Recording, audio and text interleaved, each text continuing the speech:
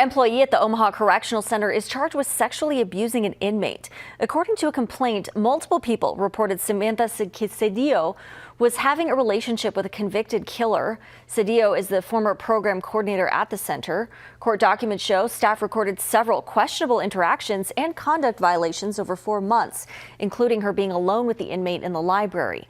Authorities also confiscated a phone from the inmate's cell with intimate messages between the two. Cedillo gave birth in December, and a DNA test of the baby did not exclude the inmate as the father. Well,